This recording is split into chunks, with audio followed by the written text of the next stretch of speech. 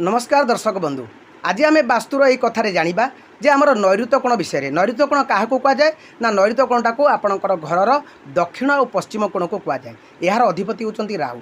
तेणु आपणकर ए दिग प्रति केतोटी जिनस आप जत्नवान ने। एक आपण ए दिगरे केबे भी आपण पाइखाना करेंगे ना, रोषे घर करेंगे ना। ये दिगटी आपणकर मास्टर बेडरूम और सेड़ी घर पर उपलब्ध।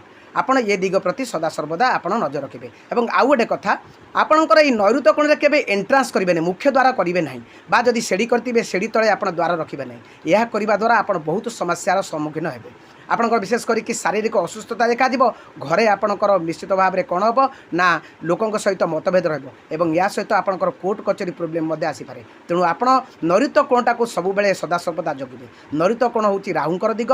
तेणु ये दिगरे आप वाटर एलिमेंट रखिए ना कि फायर एलिमेंट रखिए ना। आप ये दिगरे सदा सर्वदा सेड़ी घर किंबा आपणकर मास्टर बेडरूम दिंतु। जय जगन्नाथ।